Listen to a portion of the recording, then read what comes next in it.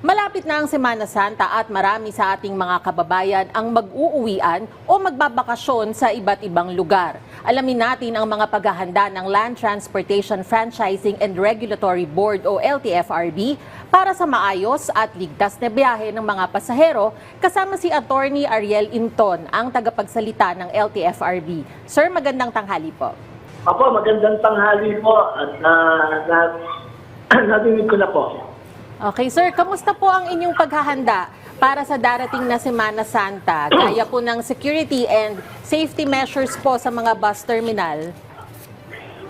Una, yung pong special permit ay yung application for special permit po ay maaga po yan in-announce ng ahensya kaya marami na po ang nag-apply at yung validity po ng special permit na kanila po makukuha ay from April 13 to April 26, 2025. So, yun po ang sa malapit-lapit na po at tamang-tama po to sa Holy Week and thereafter. No?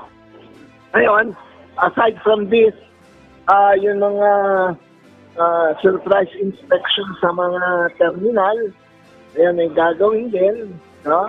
In coordination with other government agencies, saka yung pong mga sa driver po, no? Hindi lang inspection sa unit, kung hindi sisiguraduhin din na ang ating pong mga driver ay handa at nasa A1 ang kanila pong pagmamaneho para sa kaligtasan at sa convenience po ng ating po ng pananakay. Attorney Inton, ano po yung magiging assistance ng LTFRB sa mga araw na dadagsa ang pasahero? May additional deployment po ba ng inyong mga tauhan sa mga terminal? Pakiulit lang po. Ano po yung magiging assistance ng LTFRB sa mga araw na dadagsa yung mga pasahero? May additional deployment po ba ng inyong mga tauhan sa mga terminal? May mga tauhan po, may mga kawani po ng ahensya na pupunta at mananatili po sa mga terminal para po sa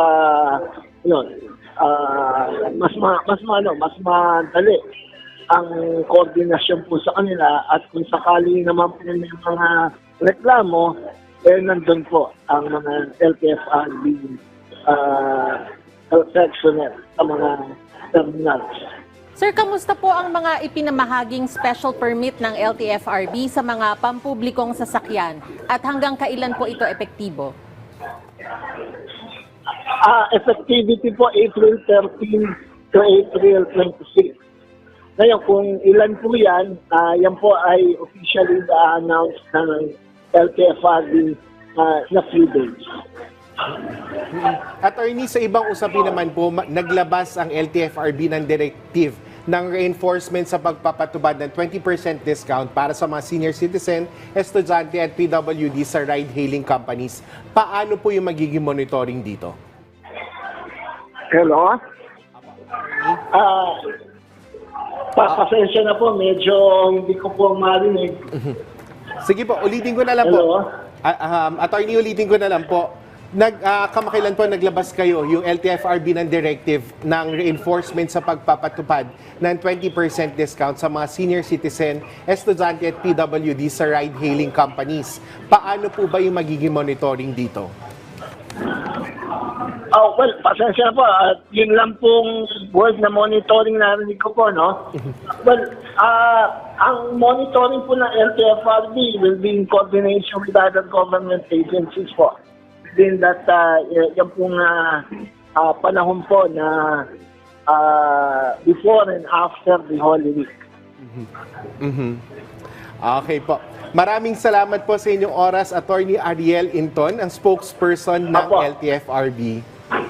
Apo, maraming salamat po at pasensya na po kung medyo malabo lang po yung reception.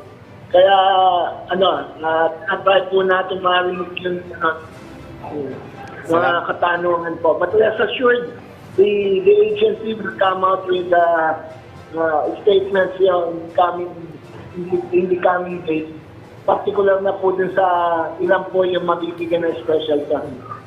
Maraming salamat po ulit, Attorney Hinton.